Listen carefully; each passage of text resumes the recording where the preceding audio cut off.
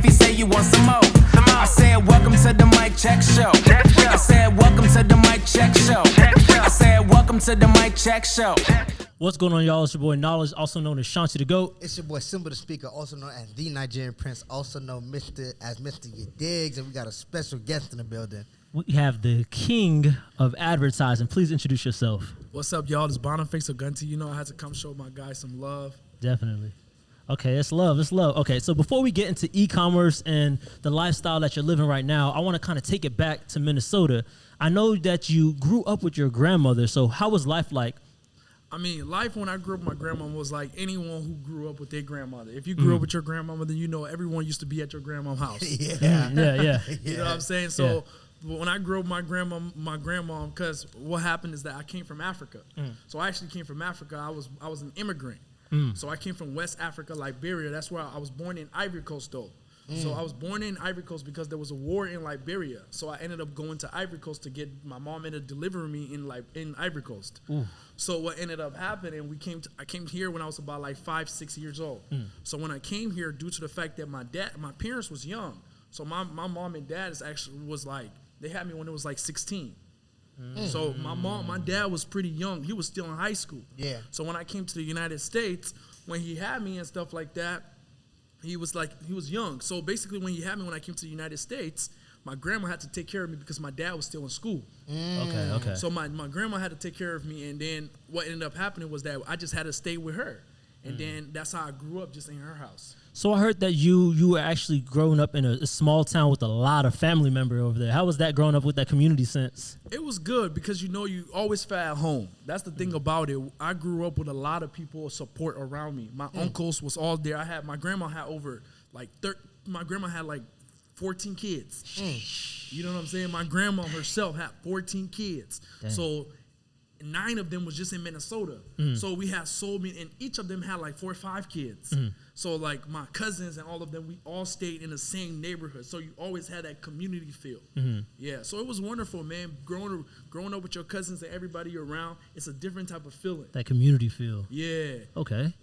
Now that's nice. I would ask you, how important is like that community feel to you, especially as like you go through different life challenges and stuff? It's very like, if you have in a community, you always have balance. Right. You have a community, you have people that when things are not going your way, you have people to talk to.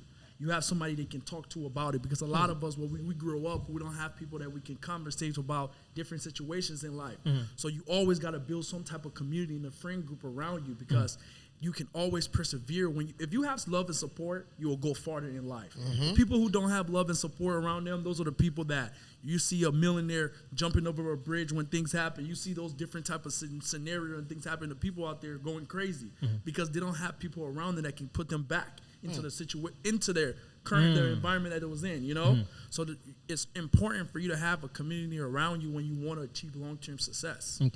Okay, so let's say back then you went to Park Center High School? Yeah, I went to Park Center. Okay. So I heard that you could actually hoop. You was on a basketball team, but you didn't actually get to start because the other guy was starting. Yeah. And because the other guy was starting, I heard that he used to hold the ball a lot, so you used to try to keep the ball so you could start. So tell us about that story. I heard it was a funny story. So the thing about it, my high school coach used to hate on me. Oh, okay. You know what I'm saying? So the thing about it was like, all right, so my high school coach used to hate on me because he didn't want me to start in the court. Yeah. So I was like, all right, if I'm gonna get on this court, I'm taking all the shots. This is my time to shine. You know what I'm saying? Ball hogging. So I was like, oh hell no! Everybody pass me the ball. Yeah. It's my time to shine. And I was not waiting for another person. I was like, as soon as I got in the court and I had that rock, it was over. I was going to score because I was just on the bench for like 10, 15 minutes, and you had your shine. So it's time for me to get my shine. So I'm not passing. You know what I'm saying? Sometimes I'll miss the ball,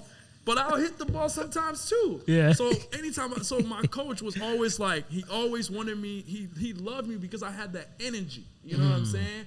But he always made me the 6th man on the court, but I ain't like that. So when I came on the court, because he knew if I came on the court, I was going to score. So he wanted other people that had the opportunity to score as well too. Oh, he wanted to be fair. Okay, yeah, that makes sense. He wanted sense. to be fair. Oh man! So and you went to high school in Minnesota. Yeah, I went to high school in Minnesota. How was that? I heard Minnesota's stupid cold. Minnesota is cold. It's cold. That's one of the coldest places ever. I haven't ever been back in years because of how cold it is. I'm not going back. You know what I'm saying, man? I was born in Africa, man. It's hot. Yeah, you know what I'm saying? facts. It's hot in Africa. I can't be in no Minnesota. Yeah. You know what I'm saying? The thing about it, Minnesota, it's just like cloudy and stuff like that. I can't be in an environment like that. You know, I'm a high energy guy. I gotta have high energy around me. You know what I'm saying? I can't be in Minnesota where it's cold all the time. Yeah. So I heard in high school you had like you had a good amount of clout. I heard you always was like, you know, had some attention on you. And before you got to like, let's say e-commerce, you had other businesses. So you were selling shoes. Tell us about that. Oh yeah, man. I always been a hustler. You know, I always been on my grind. From the time I was 16 years old, I had a recording studio. I had a clothing brand. I used to flip phones on what's this, Craigslist, on Facebook Marketplace. I made my first $20,000 when I was 16. Of just customizing shoes over the summer.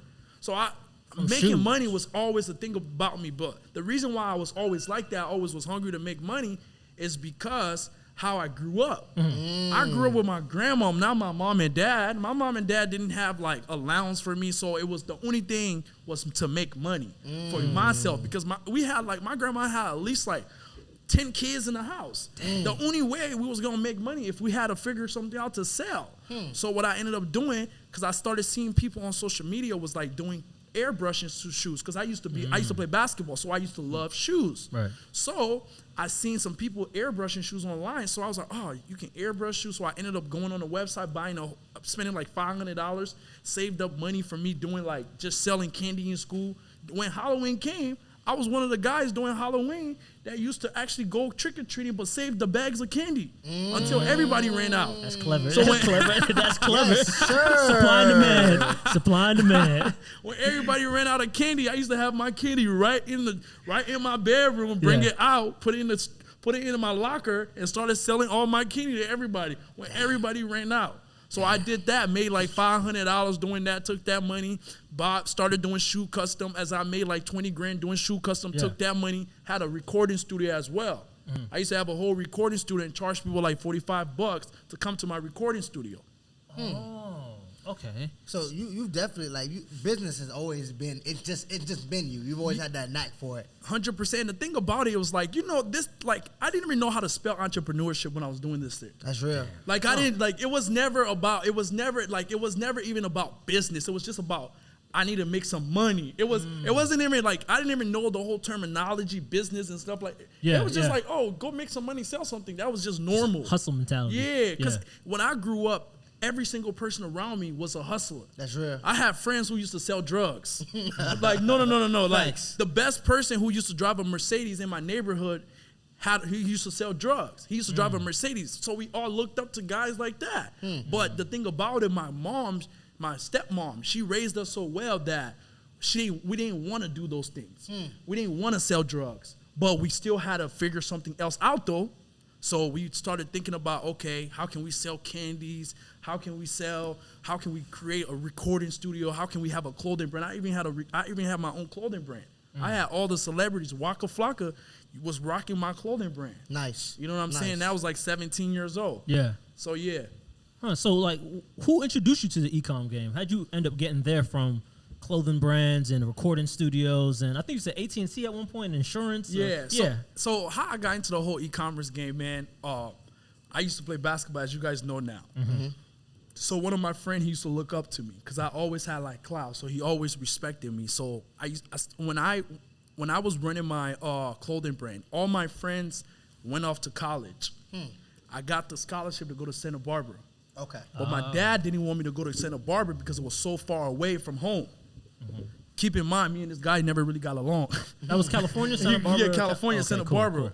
So what ended up happening was that I was like, all right, so what I'm going to do is go to a community college, and instead of me staying home, because my mom was like, it's either I was going to go to a community college or she was going to kick me out the crib. So I was like, all right, what I'm going to do is go to this community college, go to there and then try to figure stuff out. So I went to this community college. I didn't really like school because I still had my studio that I was doing. So I used to run from the recording studio to from school to the recording studio. So now I wasn't making as much money though. I wasn't making that much money. So my mom was like, "Hey, you got to pay bills since you're not leaving home to go like out of state to go to college. Since you're here, pay some bills. So I was like, damn, I got to pay some bills. Put you to work. You know what I'm saying? So she wanted me to pay like $1,000. You know what I'm saying? I was young. So I was like, oh, I got to figure something out. So I got this job. I went on Craigslist. It's a website where basically you can find different jobs and buy cars and stuff. So I went on Craigslist and I looked up different jobs opportunity that was there, and I seen this sales job going door to door. I went to the door to door job. I did not like that because it was winter in Minnesota. There's no way. I didn't even like the cold weather. So what ended up happening was that I started researching more on Craigslist, and I found this sales position at Costco. So I actually was working at Costco when I learned about e-commerce. So when I was working at Costco, what ended up happening was that I met this guy named Benjamin. Benjamin, basically Costco, I was selling DirecTV in Costco. Costco only allows you to sell DirecTV. But what ended up happening was that, you know me, I'm a hustler, right? I always try to figure out way more ways to make more money with the current thing I'm doing. So what ended up happening, Benjamin was like, hey, I sell Comcast. Comcast like an internet provider. DirecTV is a TV service. So basically, Benjamin was like, hey, since you're signing up all these people for DirecTV, why don't you pass these people along to me, and I'll pay you an extra $40 for each application. Smart. You know what I'm saying? Yeah. So I was like, oh, Benjamin, that is smart. Let me do that. So me and Benjamin had like a mutual relationships and stuff. Some of my clients I was having, I would kind of just put him on to them. Yeah. So, but Benjamin and me built so much of a good relationship, and he used to do so much research online, and he came to Costco. He was like, Bonnie, you're making so much money. I was making $15,000 a month from just Costco. In Costco. I ain't never know they had In that type of Costco. opportunity. Yeah. They was paying me $120 a sale to sell for each application. You know what I'm saying? Yeah. So basically what ended up happening, Benjamin was like, yo, Bonnie, I see you doing so well. Why don't you start selling products online? I was like, what do you mean about online? But I brushed him off because I was so happy doing what I was doing. I was so happy. I was like, I don't want to do anything else, but I'm lit. Yeah. You get what I'm saying? So then what ended up happening, one of my homeboys from high school hit me up. His name was Noah. Noah hit me up. He was like, yo, I'm making 30 grand a month online from a blog. I was like, what the hell? You're making 30 grand a month with what blog? You know what I'm saying? You know what I'm saying? So I had Noah pulled up. After I left Costco, we pulled up to this spot. It's called Applebee's in Minnesota. It's like a place where you go eat food at. You know what I'm saying? They got the 245. You know, 25. So me and Noah ended up pulling up to the Applebee's and stuff like that. And he started showing me how he was monetizing. He started showing me how he was monetizing blogs by adding Google ads on the blog and how he was getting traffic. So what he used to do, you know, he was doing some unethical thing back in the day, but now he's doing some really good business. But he used to basically make a mock-up version of TMZ, and TMZ had all the traffic coming to like Google. So he would make another version of TMZ and was running it up. He was making like 30 grand a month for like over a year. So then I was like, damn, all these people are making money online. So what ended up happening, I ended up quitting Costco. I was making 15 grand a month. I quit Costco because I met this guy who was an insurance agent. He lowered my insurance policy from literally, I was paying around $200 a month to $75. Damn. I was like, what? And he was telling me how he made money off the insurance policy. Because I was like, you telling me you make this amount off this insurance policy? He was making over $1,000 off the insurance policy. So I was like, oh, I'm quitting my job. I'm done with this. I'm done with Costco. Let's work. Because I was a sales manager too, though. I wasn't just like a person who was just in Costco selling. I was managing like 5 different retailers in Minnesota. You had moved up by that time. Yeah, I had moved up by that time. That's how I was making like 15 grand. Okay. So I was like, you know what? I'm managing all these people. I'm not making enough money. And the guy who I met was making like 45 grand a month too off of insurance. So I was like, all right, cool. I'm going to quit my job and I'm going to start working with you. So as I started working with him, a lot of people came to the insurance firm talking about online marketing. So I was like, man, Noah showed me online marketing. Benji showed me online marketing. I got to get into online marketing. Yeah. So that's how I ended up getting into online marketing. I went home, did the smartest decision I ever did, went online and typed in how do I make money online. So what was the moment that you realized that like this is something you want to take seriously? Was it when everybody just kept coming back to you with that online marketing? Did that just like raised red flags in your eyes? Yeah, the more people started coming back to me, because I never really did the research. Okay. I had a laptop, but the only reason I had a laptop to watch movies. You know what I'm saying? That's the only reason I had a laptop, for me to watch movies and listen to music. That was it. Yeah. So when I kept on having people come to me about online marketing, all of that, I was like, man, I gotta research this stuff. And then I typed in, how do I make money online? It was a whole new world. So how long did it take? Because I know sometimes, you know, it could change. Things could change over a day, or sometimes it takes a process. Yeah. But how long did it take for you to start getting like profitable to the point where you're like, oh yeah, like now we can really scale this up now? So how long it really took me was like the first month I made like 10 grand in sales. Damn. That was the first month. Was because when I learned that stuff worked, because I seen people making 100 grand a month online. I didn't see nobody making 100 grand a month in my life. Around what year was this? This was around like 20, because I graduated 2014. That's when I graduated. So it was like 2015 and into 2016. So Facebook ads were a little bit newer at that time. Yeah, around that time. So you get what I'm saying? So Got it was it around early. like Oh, he was 2015, eating. 2016 mark. Yeah. Okay. So that's when okay. I jumped into it at that That makes time. sense now. Yeah. Okay. That's cool. Okay, so like let's fast forward to where you started making money consistently.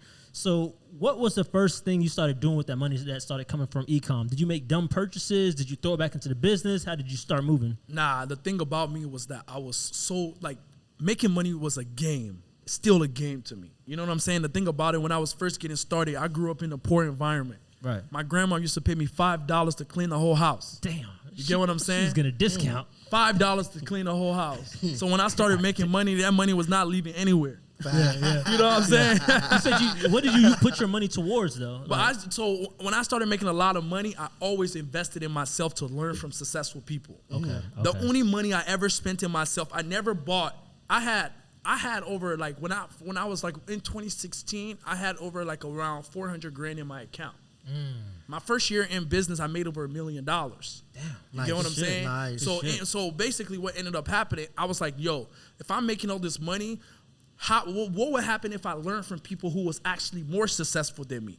So, but because of my environment, you remember, I changed. Your environment would dictate your success.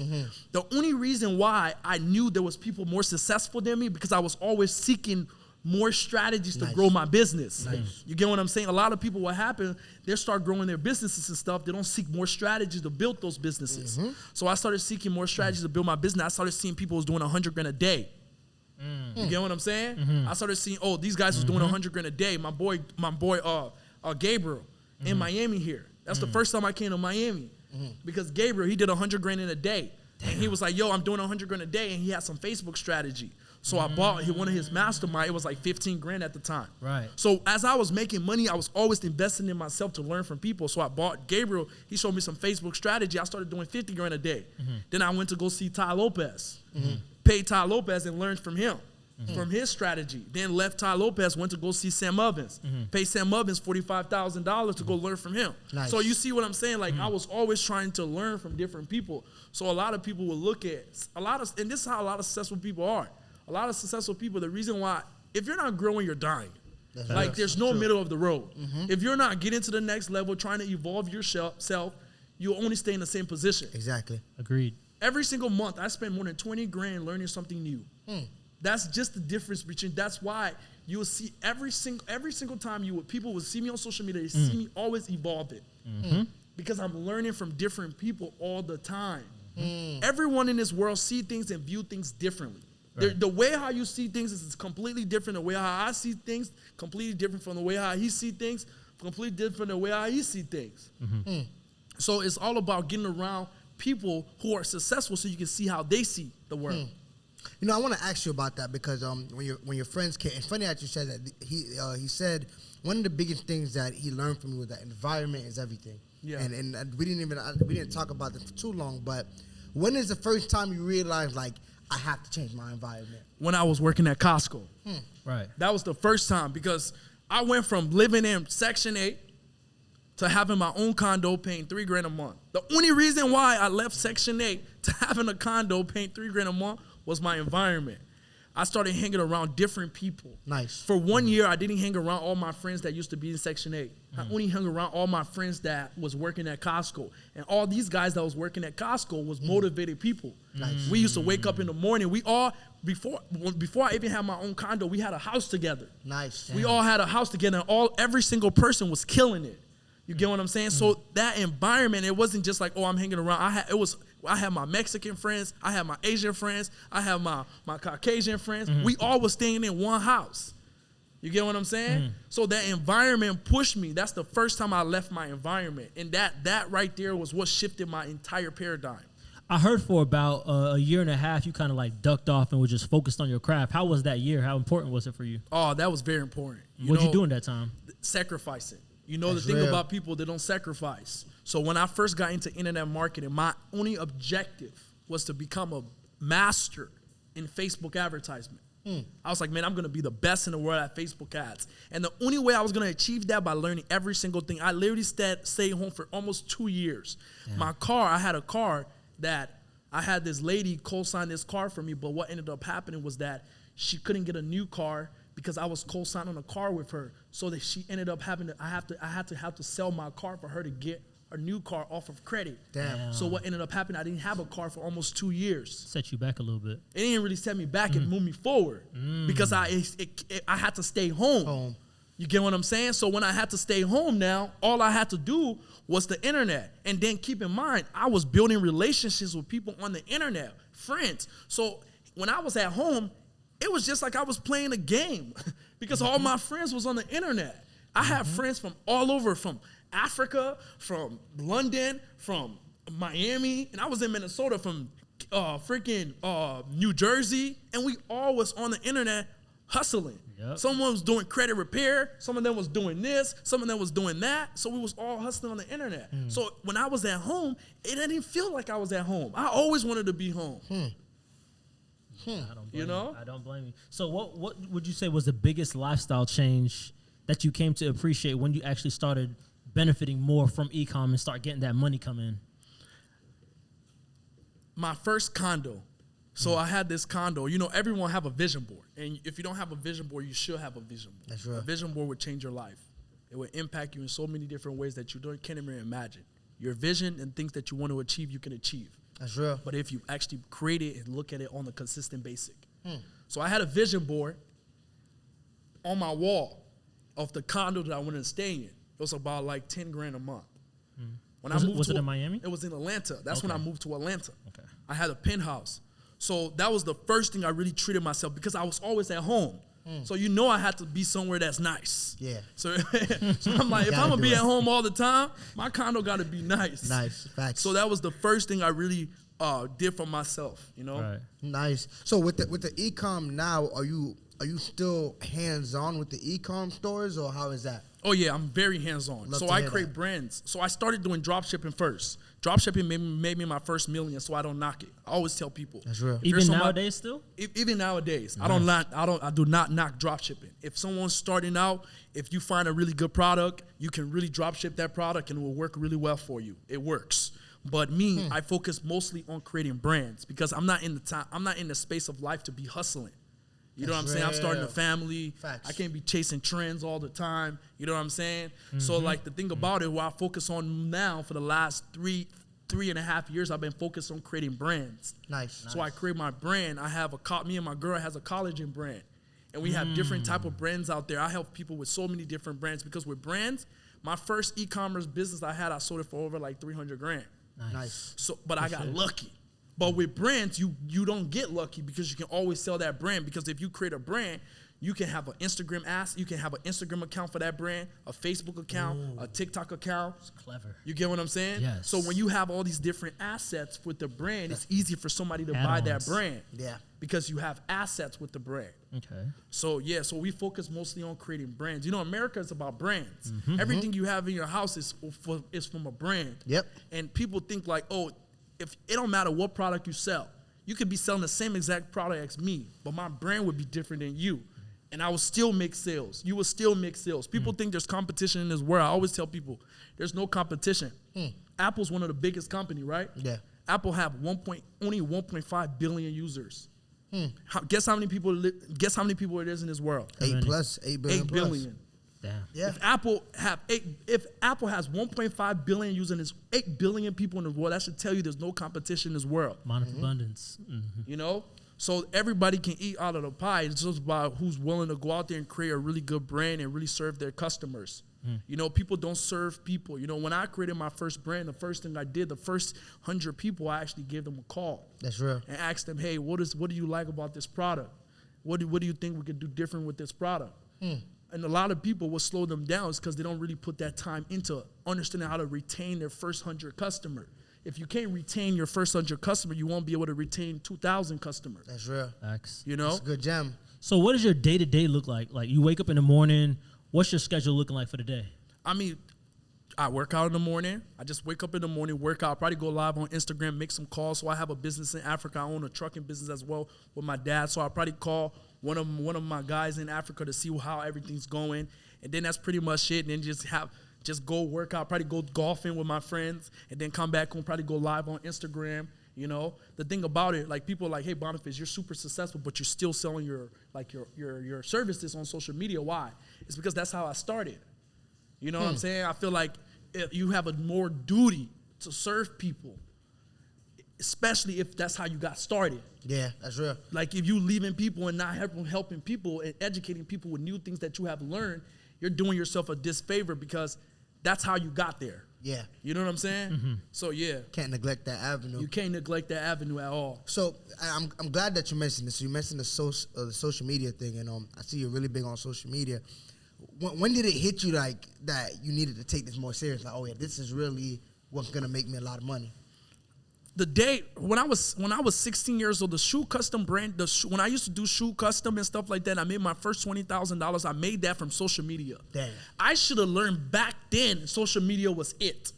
Like, if I would have just stuck to my shoe custom and branched off and did more things, like, I wouldn't, like, when I did all the Costco things and all those things, those was a distraction.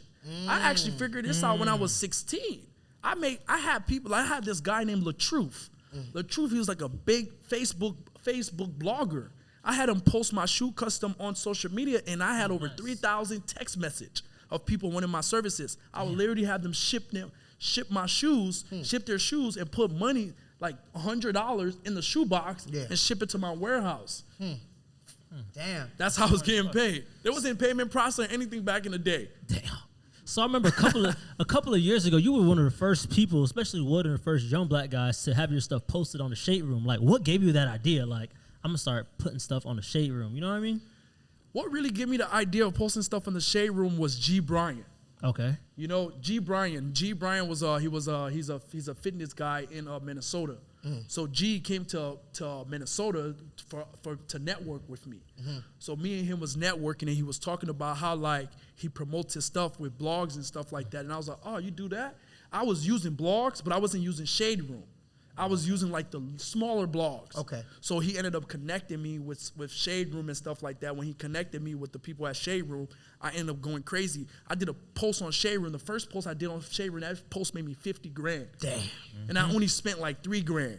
Damn. So it was like, that was the sign saying Yes. it worked. Say less. Okay. You know what I'm saying? That was the sign saying it worked. Okay. So I just started hitting Shade Room back to back. I probably spent over $300,000 on Shade Room. That's real. Just paying Shade Room. Damn. And that's not even paying World Star. Dang. You get what I'm saying? They love when they see your name. Yeah. So what was one of the things that helped you grow your audience? Was it going to those pages and having them, like, promote your stuff as well? Yeah, so when I was first starting, what grew my audience was using the blogs. Oh, But the most important thing, I had a product. So a lot of people don't realize you got to have a product to promote yourself, because you don't want to be promoting yourself and then you spend money, then you don't got nothing to sell, and you only spent that bread and you don't got nothing to offer. Makes sense. So due to the fact that I had a business, I wasn't on Shade Room just to be on Shade Room. People just to be like, oh, I see you on Shade Room every day. No, every day I'm making money on Shade Room. Yeah. So when I was promoting myself, I was always making a return on my investment. That's why I always kept it consistent. So first thing I did, I started with the blogs. All the micro blogs that had like 100,000 followers, made money with that. Then after, I branched off to Shade Room. Then after Shade Room, World Star, and some other big blogs internationally, I started using them.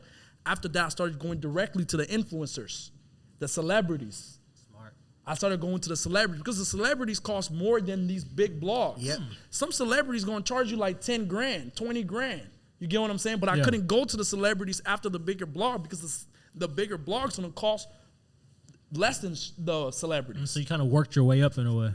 Exactly. I worked my way up. That's clever. Okay. So one thing I noticed, and you talked about sacrifice, and that's a big thing. But I also noticed that social media was a big part of your journey. Was there ever a time you had to, I guess, sacrifice social media itself just to develop yourself personally, or have you always kind of kept in touch with social media? I always kind of kept in touch with social media. You know, social media is me. We have like this relationship together.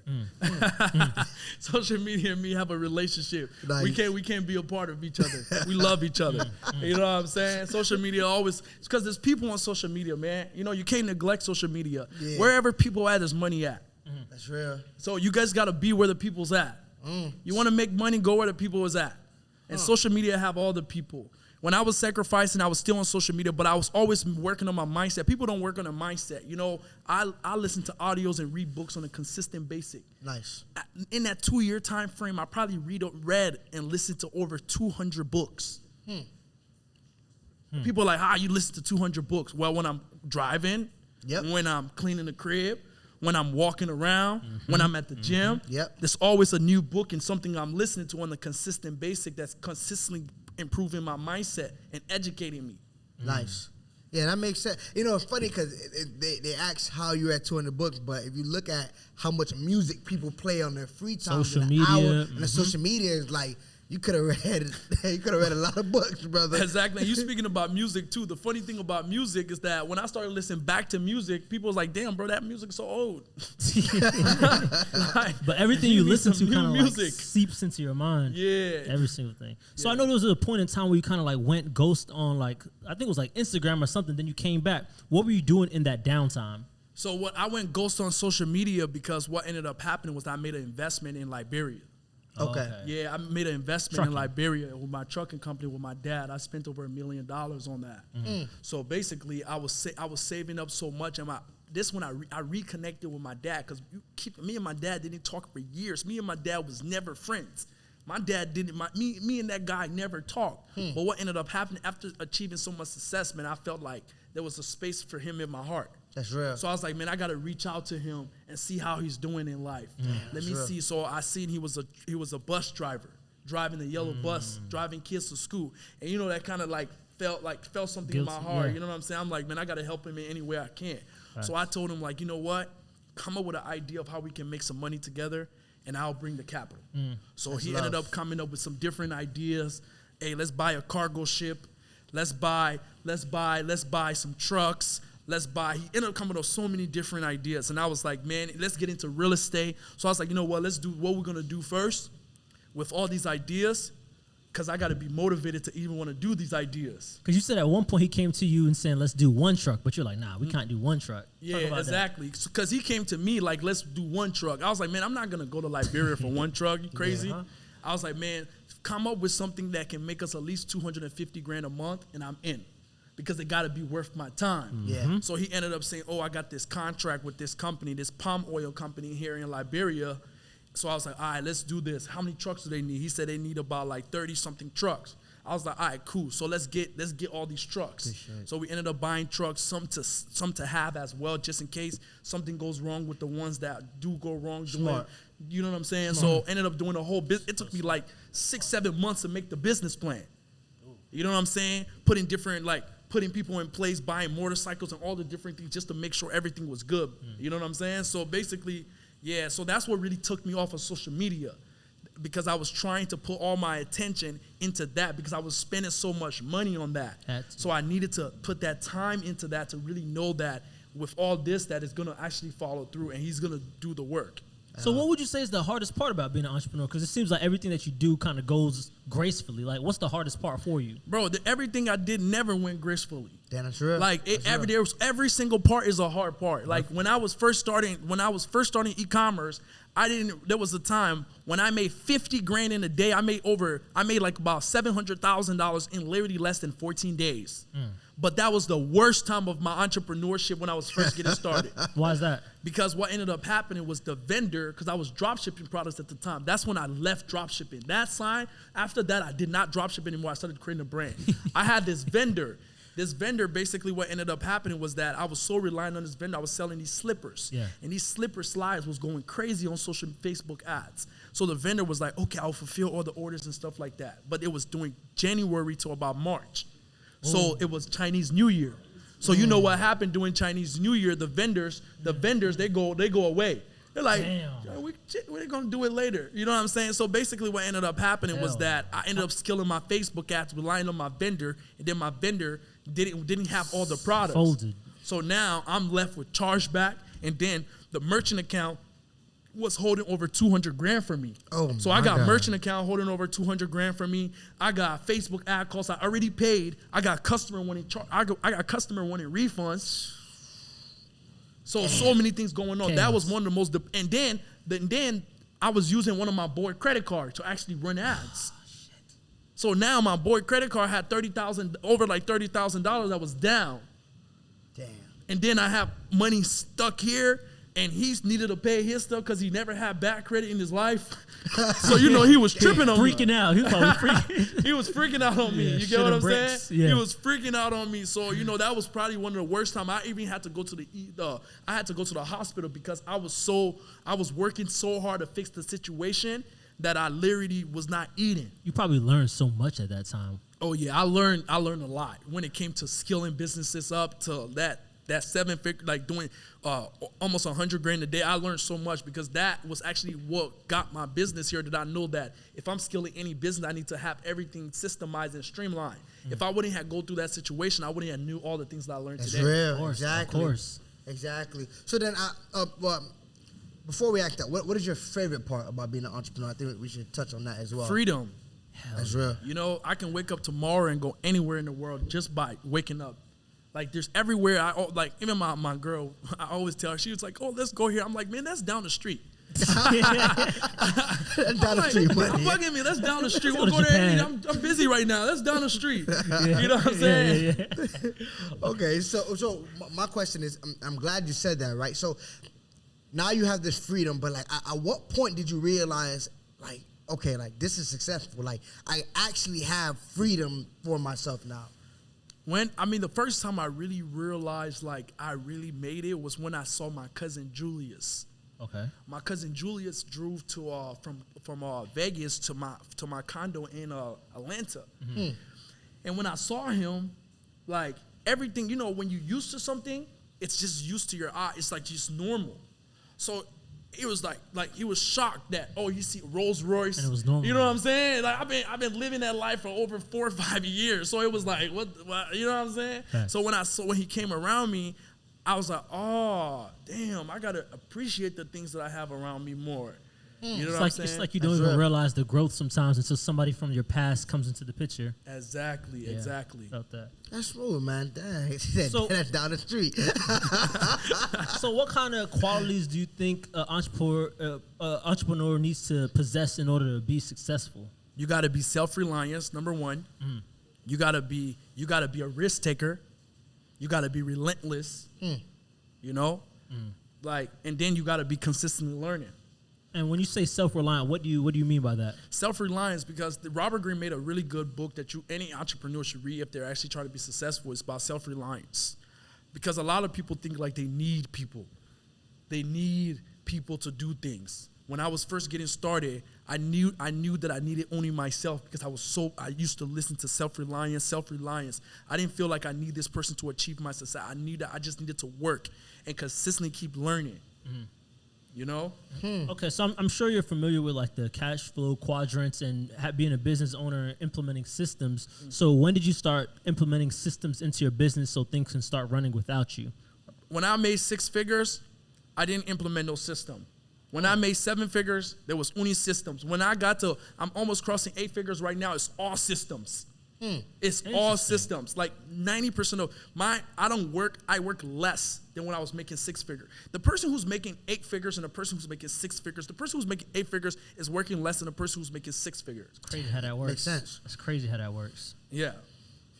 Okay, that makes sense. So then, with that being said, is there anything that you would change about your journey, your entrepreneurial journey? There's nothing I would change because every lesson was a blessing. Amen to that, my brother. You know, every lesson is a blessing in life. There's things that's going to happen for you in life, but you just got to keep going. You can't look back. You got to stay on the path. One of my mentors always used to tell me, BONIFACE, stay on the path because the path is your way to success. When you're on the path, you will meet more people who are successful, and they will guide you. Your success is going to come from, if you stay on that path, your success is going to come. There's no way it's not going to come. That's real. Staying on the course. That's real. So, are you currently in a relationship right now? Oh yeah. I'm in a happy relationship. Okay. Talk your shit, my brother.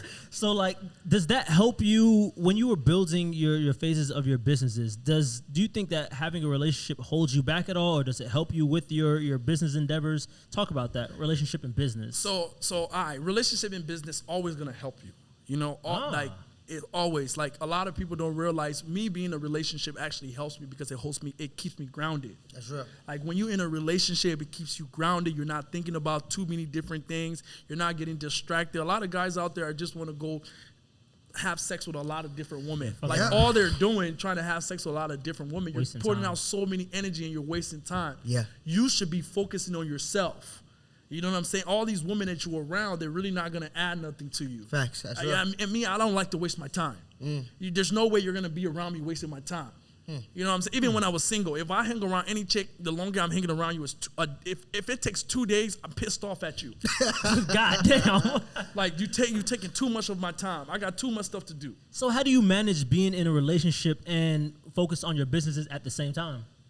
So the thing about it is, like, you got to have a partner that understands your business. You get what I'm saying? You can't be with somebody who's like, they're needy about you. But when you're dating a successful man, all women should know that a successful man, the reason why they're successful is because they're working on their goals. Okay, shit. You get what I'm saying? When you're a successful man, you got to woman has to understand that, you know? So when I'm in a relationship, it don't really distract me at all. Because she understands. She's understand. Okay. Prior to your relationship, how often did you meet women, you know, I guess wanting to get at you because of, like, your social status, the money and everything? Is that something that came often? Every day. You meet, I mean, bro, we're talking about 1% of guys in the world. 90% of guys out there makes like 6 figures a year. For a woman to come around a guy that makes 7 figures, you know the thing about women love lifestyle. Yep. When your woman see a guy like me, the lifestyle that I have, you see me driving McLarens, you see me driving, the first thing is like, oh my God, who's that? You get what I'm saying? Facts. So that comes every single second of the day. So then how do you differentiate the woman that wants you for money and the woman that wants you for you? You got to really understand people and you got to hang out with them. You got to have something called discernment. Spirit of discernment. You know? So, like, when you hanging around, even my beautiful girl, Aussie, before I even give her a chance, you know, I had to hang around her and give her a few tests for me to even know that she would actually be valuable to be around me. Where did you guys meet? We actually met. So this is how we met. She actually she liked one of my picture about a few years ago under my comments. She was like, "Oh my God, this is my type of guy." Yeah. So, you know, I was like, "Oh, she's beautiful." I was like, "Oh." Less. So I was like, I went in a DM. You know, I said, "Keep killing them." So I went in the DM. She was a model, so I was like, all right, keep killing them. Hit her with the fire emoji. It's like, go get them, Tiger. Keep killing them. Like, oh, thank you. Oh, thank you. Like, then, you know, that's a conversation sparked. You know, but at that time, I was just, you know, as guys, sometimes you DM a woman, you really don't know where it's gonna go. Yeah. So when I met her, she had some core principles that I had when I was a kid. Such as what? Such like, you know, when you growing up, I grew up where I used to listen to High School Musical. Where I used to freaking, like, I grew up, she was born in Africa. You get what I'm saying? And me, I'm the type of person, when you talk about a person who's African, I'm probably the most African person you guys would meet. Because, like, I've been in the village. And this is recent. This is not, like, bro, I've lived there. You know, the last year when I was actually on social media, I was living in Liberia. So, you know, Liberia is not like all city. Yep. It's only like 1 block. You get what I'm saying? Everything else is poverty. You get what I'm saying? So I've been due to the fact that when I met her And then I saw she had that core principles from where she grew up. I knew that that's somebody I can be with because she could cook the right food my mom can cook. You know what I'm saying? And she was so open-minded. And the thing about it, I don't talk to no dumb girls. Facts. You get what I'm saying? She got to be intelligent. That's real. And she was very intelligent. She was very smart. So I was like, oh my God, I can feel comfortable being around her. I don't feel like I'm talking to a wall. I've dated so many girls. I'm like, what the hell is wrong with your brain? You know what I'm saying? You dating them, you're like, damn, goddamn, like you don't even know how to think. You know what I'm saying? Yeah, that makes sense. So another question, because you were talking about relationships and the type of girls you met. What about like close friends? Were there friends that like in the beginning of the journey you started with that you had to just let go, or did your relationship get stronger with some of your closer friends? How was that? Yeah, so basically all the people that really came with me, like Hugh, Brandon, and these guys who came to Atlanta with me when I was moving from Minnesota. These guys, the thing about them is that they wanted the success. Okay. The people, I had a lot of friends when I was growing up, but I'm not the type of person that's gonna force anything on you. Yeah. You get what I'm saying? Yeah. I'm good. So if you want to tag along, great, let's go. But if you're not, I'm not wasting my time. That's right. So the people who came along is the people who's all successful now. They're crushing it. He just went overseas. Brandon lives in Zanzibar in Kenya, crushing it with his ecom business. So all my guys who came to me when I moved to Atlanta, they're super successful. Yes, there's people now who's trying to get along, but it's hard because as you grow, you get busy. Yep. So it's like you can't be hanging around because I got so many stuff I got to get done in my personal life. It's hard for me to just get on a phone call because that phone call could be a client. Yep. Right. Instead of me just talking to you about what? Just to hang out? No money. No money on that conversation. Okay, so quick shout out to Hugh and Brandon. I actually tapped in with them to ask some of these questions. Oh, nice. I ran into them in Colombia and then we connected over there too. So there's some questions in there. Nice. So those are my guys. Yeah, good people, bro. So on top of that, I know that a couple years ago, you actually got to reconnect back with your mother in Liberia. So how was that experience for you? Amazing, man. I mean, the first time I went to Liberia, I wanted to get the hell up out of there. I was like, what? I left Buckhead. I was like, what is this? Facts. But then I got used to it. Yep. When I met my mom, man, it was like, damn, I just got to help my mom. The same way how I had to feeling with helping my dad. Yeah. I ended up getting her a house, man. Taking her, she was living in one bedroom. She was living in a 1-bedroom condo. You know what I'm saying? 1 bedroom. It was a room. It wasn't even like a condo. It was because in Africa they have these different houses where it's just rooms. Then they have 1 bathroom for everybody who lives in those rooms. So basically, me going there and seeing her living in that condition, I had to do something better for her. So I ended up getting her a house and stuff like that, just so she can be farther in life. Nice. Now she's in Africa running businesses and stuff. Nice. I know she's proud, man. Oh yeah, very proud. Hey, out of curiosity, this is just because you've done a lot for your pops. You've done a lot for your mom. She's like a person that loves to help. What's the most expensive purchase you made for yourself that wasn't investing in like education? So definitely like maybe I spent when I go shopping, I'll spend at least $100,000. So what? So when did you actually? Because you said before you was very, very frugal. So I when just started spending that? money on myself last year. Okay, literally last year when I came back from Africa, because I made a decision. I was like, man, if I'm gonna be in America, I'm gonna be the best. I'm gonna be in the best place in America, and I'm gonna have fun. So I ended up. I didn't have even this watch, this Hublot on my hand. This Hublot right here, I bought this for like $18,000. You get what I'm saying? But I didn't buy stuff like this until recently last year. So last year when I came back, I needed to enjoy myself. I didn't even have my McLaren until last year. You get what I'm saying? I didn't even have none of those things. The Urus and all of that, I just purchased those stuff because I wanted to reward myself, because everything that I ever did was spending it on investment. Because I always had this mentality. I'm young. Let me invest now, and then after I'll reward myself later. But just recently, because I was in that stage where I was wanting to have fun, because I was single. So it was like, I'm single, what am I gonna do? Am I just gonna have all this money, or like I gotta make myself attractive to women? Yeah. Facts. You get what I'm saying? Facts. Right? I'm single, I gotta get my watch.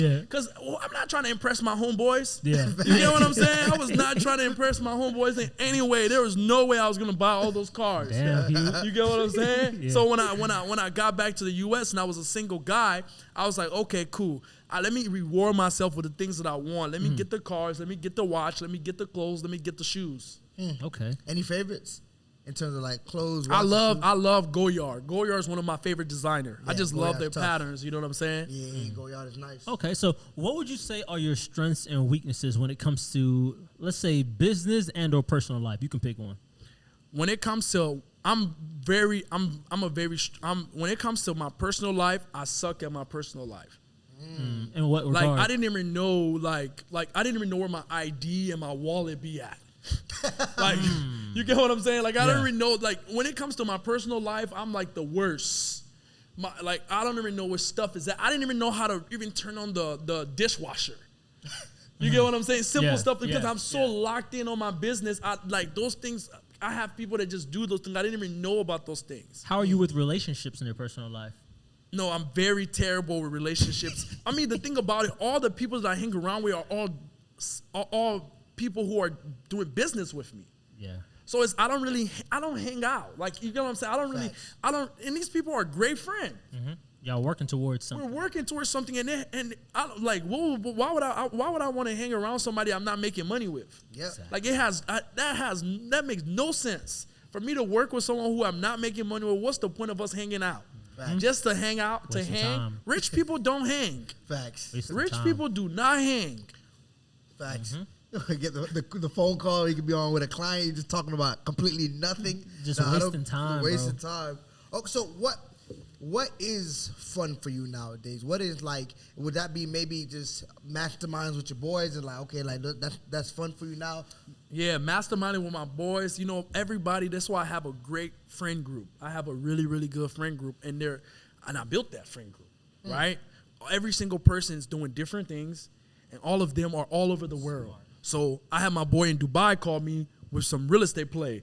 I have my boy in Kenya call me with another opportunity. I have my boy in Canada call me with another opportunity. I have my boy in South America call me with another opportunity. So I have friends all over the world. And the thing about when you have successful friends, everybody's learning. That's right. Yeah. You're learning something new. You're learning something new. I'm learning something new. And we all come together to pour into each other. Yeah, I love to hear that, man. That's what it's about. So I know a couple of years ago, I think you wanted to go to Dan Pena's castle. I don't know. Did you ever get the opportunity to do that? I didn't go to his castle, but I went to the event where he was in L.A. How was that? It was amazing. I loved it. Dan Pena he's a really, really good guy. He was talking about how to buy and sell business and stuff like that. Okay. All right, just curious. Are there any future moves that at least you can speak on right now, like things that the people can expect from you? I mean, the most important thing, like I always like to empower people. Nice. So I have the 5-day training that I'm actually doing now, where actually people can actually register to learn how to create their own e-commerce brand in literally like 5 days. We got different type of tickets. We got general admission. We got VIP. And I made it so affordable that anyone in the world can afford to actually get on there. Mm-hmm. General admission is only $97. VIP is $200. Mm-hmm. I made it so affordable that it don't matter where you are in the world, you can get the education to actually learn how to actually start your e-commerce business the right way. So for people that think that you creating like the courses and giving out the information is a gimmick, like what do you have to say towards that? Because I know some people on Instagram are like, oh, you already make money. Why are you selling courses then? So what do you have to say to those type of people? It's just lack of knowledge. Mm-hmm. Those people it's just ignorance. Mm-hmm. I've been on social media for years. So stuff like that is just like a breeze flying by my ear. You get what I'm saying? Yeah. So a lot of people have lack of knowledge. They think like if you're selling a product, serving people, you shouldn't get paid for it. Mm-hmm. Why would you? So you're telling me that person's time is free? Mm-hmm. So you want to hang around a person for free? Like, what is that? Let's be realistic. Everything I ever learned in my life was because I went to pay someone to learn it. Mm-hmm. Every mentor, we talked about mentorship and all of that here. Every single mentor, I never hung around a mentor for free. They wouldn't have even responded to me. That's right. But if I wouldn't have invested in myself to go to hang out with my mentor, I wouldn't have learned the things that I know. People have lack of knowledge because they're pitying in their situation instead of saying, yo, I need to get around the right people to change my environment that can help me achieve my success. My mentor always told me, success breeds success, success rubs off. Mm-hmm. If you hang around successful people, the success is going to rub off of you. It's going to create a synergistic effect. Mm-hmm. Mm-hmm. You know? Yep. So you just gotta get around successful people because mentorship is key. If you're not investing in yourself, like I told you guys, I spend more than 20 grand a month just learning something new all the time, right? Yeah. Just learning something new. If I wasn't doing that, I wouldn't even, you guys would never knew who I was. That's right. If I wouldn't know who you guys was if you guys didn't create opportunities for yourself. I'm sure you guys took the time to actually learn different tools and stuff from other people that allow you to put this podcast here together. Definitely. You get what I'm saying? And the people who are not willing to invest in themselves, those are the people who are losers. Yeah. There's doers and there's losers. Growing or dying. You just got to pick one. So I know with you, I know like you're gonna keep building because at some point it just becomes a game and you actually enjoy like grinding and hustling. So what type of legacy do you want to leave behind? I just want to leave the legacy that guy, he poured into people every single time he had the opportunity to. You know, I want to be able to just keep consistently pouring into people. If I get the opportunity to serve you, I'll serve you on the highest level. That's real. Would you say that is your ultimate goal in life, or is that just something that you would want to be remembered? Do you have a different ultimate goal for life? What do you mean by goal? Like principles, goal, or like achievements as a person? Achievement as a person. So achievements that I want to achieve, it would be like, okay, I want to become the president of Liberia. Nice. That's one achievement I want to achieve. Nice. I want to be able to change over 10,000 people's lives. Nice. You get what I'm saying? Yeah. I want to have 5 kids. You get, that's one of my achievements. I want to be able to have multiple homes all over the world to go hang around with my friends wherever they want to go. We have a house there. They have their house there. We can all travel. That's another achievement I want to achieve. like it. I want to get a mega yacht. That's another achievement I want to achieve. I want to get a Gulfstream jet. And I'm achieving those things right now. I'm grinding for those things. So that's some achievement I want to achieve right there. You know, I want to open up my own airline. Nice. I want to be the person who opened up Air Liberia in Liberia. Nice. I want to have a fleet of cargo ships that's just transporting goods from Liberia from Liberia to Ghana, from Taiwan, bringing rice to deliver it to people in Liberia. Nice. That's another achievement. I want to build all the high-rise building in Liberia and in Ghana and in West Africa and even the U.S. and as well. That's another achievement I want to achieve. Nice. So there's so many achievements that I want to achieve for myself, man. We can go on list and list. I'll tell you guys 1,000 achievements. I want to ask you a side question because one thing I realized is I like the thing that you said, right? And someone that thinks, small-minded, for lack of a better term, will say like, oh man, those are like big dreams or big goals. They may even say like, oh, he might even be delusional. How important is thinking big and being delusional when it comes to like being successful? It has you got to listen to the book, Your Magic of Thinking Big. When I was first starting out, my goal was to make 100 grand in a day. I've achieved that. Nice. But when I was first starting out, and I used to walk around with a freaking paper in my hand telling everybody I'm gonna make 100 grand a day, everybody used to look at me like I was a crazy nut.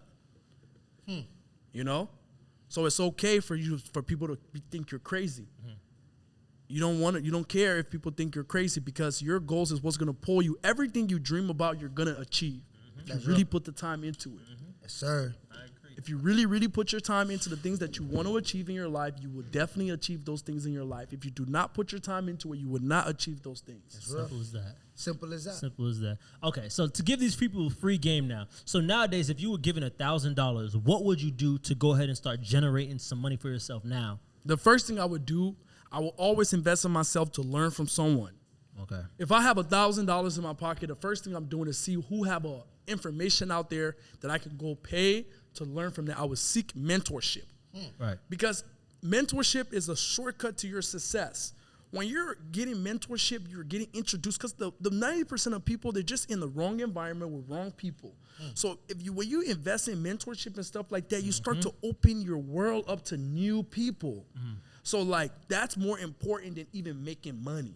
Learning is more important than making money because you can go try to learn things and do it and spend way more money and lose it instead of actually paying for mentorship and learning from someone who can give you shortcuts. I agree. I like the shortcuts. Okay. So I know you mentioned this, but I think this would be we could put this in the video as many times as possible.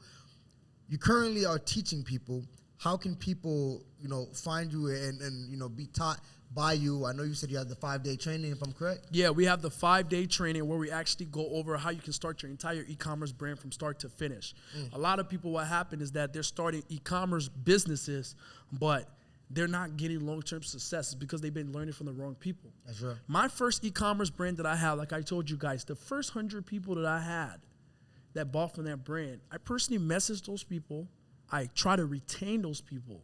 And a lot of people, what happened when they start e-commerce businesses too, they actually they just jump to Facebook ads and TikTok ads and all these platforms. That's actually doing yourself a disfavor because people buy for people they know, like, and trust. People only buy for people they know, like, and trust. So you have to build a know, like, and trust factor with your product that you're selling. So what I do when I first launch any brand, I ship at least 50 to 100 products to people who are influencer and micro-influencer who have some type of little credibility. And I have them create content for my product. So now when people come to my TikTok platform, they come to my Instagram platform, my brand's platform, they see all these people tagging this brand, and they're like, damn, this brand has to work. So now when I'm running Facebook ads, my cost per acquisition is cheaper than any other cost out there. That's good game. Genius. That is good game. That's good game. Genius. Didn't You think know? about that. Yeah. So people just jump to ads right away instead of actually building a community around their brand. Fashion Nova is a prime example. Just look at what Fashion Nova does. Every influencer that you probably know probably have Fashion Nova clothes at home Yep. No, facts. Fashion Nova partner. because they got people behind it. So I know some people are watching and like, okay, he knows all this information with e-com and stuff like that. So it's like, they might be wondering, why teach the game when you can keep that for yourself? Because the world is full of abundance. Remember I gave you guys this. How many users, if you Google right now, how many users Apple have 1.5. active right now? 1.5 billion users. And there's 8 billion people in the world. There's no way in this world things will be saturated. If you look at two gas stations, they're right next to each other. The difference between each one of them is because they have two different brands. If you look at two gas stations by each other, they both have different brands, but they both are profitable. People who have lack mentality think like if you share, it's not you're taking away from yourself. You're actually not. You're actually adding more to yourself because you're bringing other people out who are creative. There's so many of my students that I learned stuff from. I had one of my students, he made over $4 million. He teach me so many new things. Damn, that's good. You get what I'm saying? When he was starting, he didn't make $4 million, but he teach me so many new things that I didn't know. But because he's out there running his business, being creative. One of my guys, he runs an e-com business. He was like, he taught me a strategy. He was like, oh, I email all my customer and turn them into influencers. Have all the people who buy my products make video content and tag me too. And he give them 50% off. That's genius. Smart. That's smart. So like, That's genius. so I know you've done like other interviews and stuff, and I know sometimes there's always a question that people want to be asked. So what's like one question that you wish people would ask you more? Oh man, any question that comes out of everybody's mouth, I really don't think about the interviews like that. I just do it. Or really think about questions that people can ask me. I just do it. Okay. So, better question then, right? If there was one person that you could spend for the weekend, business-wise, that you haven't spent time with yet, that could benefit you, who would it be? Kevin Jordome. Oh, is he in prison still? No, Kevin Jordome's out of prison. He's out? Yeah. Oh, shit. Kevin Jordome, you know why? Because think about it, Kevin Jordome changed my life in so many ways. He was actually my first mentor. I think they set him up. I feel like they put him in jail. Kevin for Jordome, they that. put him in jail because what happened was that Kevin Jordome, he started selling natural cures. He made a book called Natural Cures. That's what it was. And then what ended That's up what it was. happening, he sold over like almost 200, 300 million Yeah, copies. they had to He's shut that like down. $1 million. Yeah. Almost a beat sold like close to $1 billion. And people was learning about the health industry. You know, the health industry is one of the most dangerous industry. They preyed off of people ignorance. They preyed off of people think they need all these medication and stuff like that, but the health industry literally preyed off of you. So he went to jail because the health industry so many people was buying this product, learning all these natural ways to cure themselves that they locked him up. Stepping on too many toes. Yeah, but Kevin Jordome would be the number one person I would truly say I would spend a day with, because the thing about him, he taught me a lot of principles that changed my life. That's right. He taught me mindset. And your mindset is your life. If you have a strong mindset, you will achieve whatever you want in this world. Nice. So what's one of the best networks that you had a opportunity to be a part of? Was there any like training that you went out to that was one of the best? Like, oh, this training was one of my favorites. My favorite training was the Quantum Mastermind. When I went to Quantum Mastermind, I paid like $45,000 to go to Quantum Mastermind. It was a mastermind with this guy named Sam Ovens. Oh, okay. When I went to Sam Ovens' mastermind, I learned a lot of different information from him.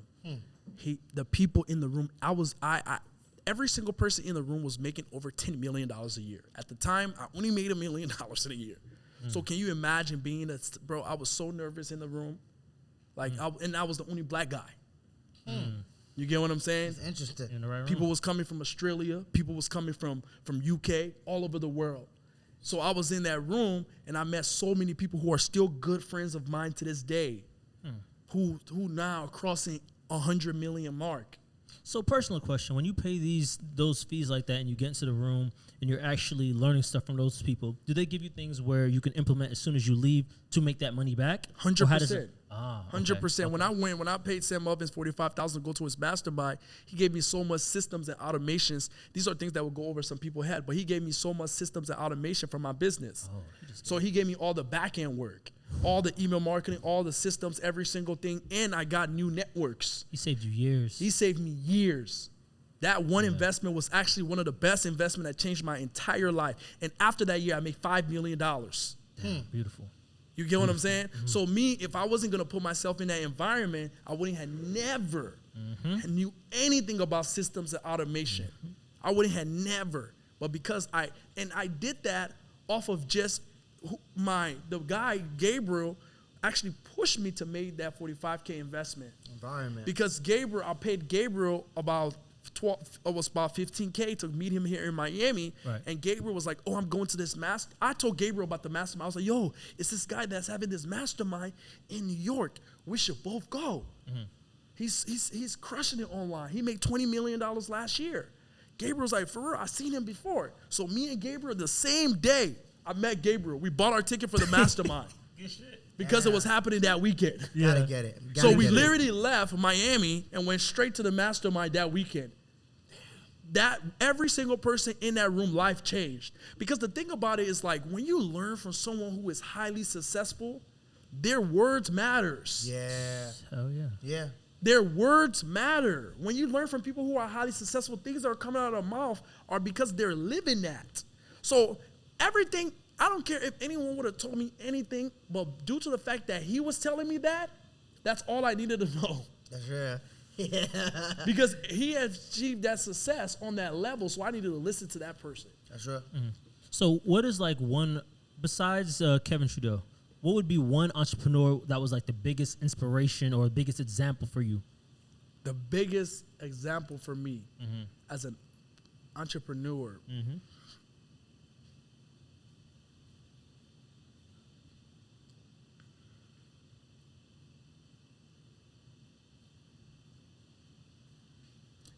Each entrepreneur each entrepreneur have different qualities. You know? Each entrepreneurs that I know, they all have different qualities. Like I was telling you guys when you interviewed me, you was like, who's my favorite Afrobeats artist? And it was kind of hard for me to choose. Because the thing about me, I have something called infinite intelligence because I learn from so many people. I'm not the type of person who just learns from one person. So Ty Lopez, let me give an example of what I like about Ty Lopez. When I first went to Ty Lopez made $1 million in a day. At the time, making $1 million in a day is not hard now because I understand the information on how to achieve that now. But when I was younger, seeing that in a reality and seeing Ty Lopez in Beverly Hills with all his cars and every single thing and how motivated he was selling his product on social media, that impacted me. That was the first person that impacted me right there. Gabriel was relentless too. He was going through obstacles, but he was so relentless. He make millions. So I like Gabriel too. One of my first mentor, Dennis. Dennis was one of my first mentor too. Dennis was he wasn't making millions, but he showed me how to set up an LLC. Dennis, the tax one? No, Dennis was actually a U-Haul driver. Okay. He used to do U-Haul. in Minnesota. So he taught me how to sell my LLC, and he taught me a lot of core principles. I met Dennis when I was 14. That was my first ever mentor. He taught me how to set up an LLC and all of that. So it's really hard because in life, what's going to happen, you're going to always have. If you're not having new mentors every time, you're not growing. I'm learning from new people this week. You get what I'm saying? So it's like every day I'm learning new things from another person. Alex Becker was good too. Alex Becker was a good mentor. Every single person I've ever took my time to learn something from was good because I always look for the gold. What holds people back is because they don't look for the gold. When they're learning from someone, they only look at it from face value. I always look for the gold. What can I learn from this person that I can take away in my future self? What can I learn from this person I can take away in my future self? A lot of people don't look at that. They just see it like, oh, I'm just trying to make this business. I'm just trying to. No, I'm trying to learn principles. How this person is. How do they set up their team? I'm always looking at all those different things. I agree. Yeah. Why they think the way that they're thinking. Why they think the way they think. So how important do you think personal branding is in this day and age now? Very important. If you don't have a personal brand, you're literally holding yourself back. Because people buy for brands. America is about brands. This world is about brands. Look in your bathroom, look in your kitchen. You don't have the same product. You have a whole bunch of different brands in your bathroom and your kitchen. So if you don't even have yourself as a brand, you're holding yourself back. You should always, and you are a brand. No matter how you create yourself, how you position yourself, you are a brand. And everybody got to understand that themselves, they are a brand, so they can put themselves as a highest statue. That's real. And that's real. Hey, I got an interesting question. Knowledge, you have any other questions before this one? I actually got one more. So what would you say was one of the the mastermind that you paid for that was $45,000? Was that the most expensive that you spent on your personal education in one sitting? In one sitting, the most expensive I've ever spent in one sitting was probably $75,000. That was one sitting. You get what I'm saying? That was one sitting, and it was from a banker. Nice. I learned basically how to leverage my money. Nice. I learned a lot of different things. Like, I'll give you guys a tip. Like, you can go to Cayman Islands and put money in the bank in Cayman Islands, and it will give you 10-time multiples if you have a bank license. They will give you, so if you put $500K, it'll give you $5 million. So, like, I learned different banking strategy from a banker. So that was one of the best investment I did because I always would make money, but I never knew how to leverage my money. Okay, I see. Good. You know? I see. So I learned how to leverage my money from a banker. Nice. So my question is an interesting question. You get stuck on an island, and you only can bring 3 items on that island. What are you taking for those 3 items? If I'm stuck on an island, I don't need no items. I just need my girl. Oh, my God. Nice. I see we going. Nice, brother. Everything else, we're going to figure it out there. Yes, sir. We're going to build a house. We're going to build everything. Come on, baby. We out. Okay. She gonna like this clip. Love it. You got about 2 hours and 30 minutes. Right? All right, so if you were looking at Young Bonnie right now, like if you could talk to him right now, what would be one thing that you would tell him? Stay persistent. Because throughout life, BONIFACE, you're always going to come. There's things that's going to happen as you grow older. No matter what. You're always going to go through different situations. But you have to slap yourself. You got to slap yourself back to reality. Because if it's up to you, you're going to achieve that success. Don't worry about any other person that's around you. If anything comes around you, try to distract you. Even when things is tough, slap yourself and wake yourself up. It's okay. Smile. Keep smiling. Keep smiling. Even if it's tough, slap yourself and wake up. It's okay. I'm going to achieve more tomorrow. And you will. Because your attitude, people who are happy achieve way more than people who are not. Wake yourself up, BONIFACE, and keep going. You will achieve the success that you want. It's just going to come in time. Okay, and so for one more time for the people that are watching, just to wrap this up, the link for the training is going to be down in the description below. And what will they learn just one more time from that training? So on the training, we got a 5-day workshop where we're going to be going over a lot of different things when it comes to running your e-com online store. So we're going to be going over, first thing first, how to find the right industry to go into. Then we're going to go over product selection. You know, a lot of people, one of my friends, he was actually starting an e-commerce business, and he's in the fitness industry. He wanted to sell supplements. And I'm like, yo, there's so many people selling supplements. I know there's no competition out there, but why not sell multivitamins? instead of going into selling supplements. So basically, there's so many different products that you can sell, so you got to pick products carefully. Products that I pick, my customers have to buy it again. So I can figure out how I can retain those people so they can buy it again. So product selection is key. I have people that one of my clients, she was selling flowers. She sells flowers online now. She in New York, she used to only sell flowers. She was making $5,000 a month just selling flowers. Now she's doing over $90,000 a month because she sells flowers and people buy it from her Instagram account and she ship it out to them. Clever. She went from selling flowers in New York to now selling flowers all over the world. So we'll show you how product selection, because product selection is key.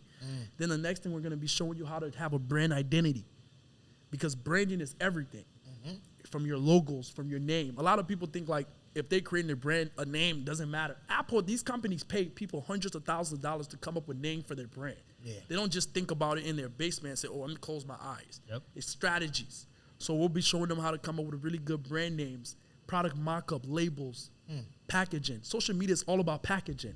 The only thing, there's so many companies out there based on how they package their product is what makes them stand out. So all that minute details we'll be going over on the training. Then we're going to also be going over advertisement. And then if you're selling any type of product, you need to make sure it get lab tested. Like one of our products, we had to make sure it got FDA approved. You get what I'm saying? We had to make sure it got FDA approved. People don't realize, like if you're selling product, if you're selling anything that people got to consume, it got to go through a lab so you can make sure it's actually healthy for people. So we showed them that. Then we also showed them where they can actually run ads on. Instead of just trying to jump and run some Facebook ads, build your community. A lot of people see people on social media, people have business backwards. When they see people on social media making $100,000, $200,000, $300,000 a month, they so quick, oh, I want to make $100,000 a month. Why not make your first $10,000 and figure out your customer? Making $100,000 a month is really easy. The only reason why people are not making $1 million a year is because the first few customers that they had, they did not figure out how to. Because when you figure out how to maintain the first people that you have, it's easier to maintain more people. So we show them, instead of you actually just starting to run some ads, first thing we want to do is for you to actually send your products to some influencers. Let's send these products to the influencer. Let's get people behind the brand. Let's make some sales with influencer first, get content created. So when we start running ads, it's just a firestorm at that time because people now know, like, and trust you. Nice. So we show them all that. And they just got to DM me ecom on Instagram or just click the link down below here. They can click the link down below on YouTube and it'll get started. Okay, and where can the people find you? At BONIFACE OGUNTI on all social media platforms. Say no more. So this was another episode of the Mic Check Show. Got another African in the building. Yes. He was waiting to say that. My name is Knowledge. Oh, SimbaTheSpeaker. And we have BONIFACE OGUNTI. And we'll see you guys in the next episode. Peace.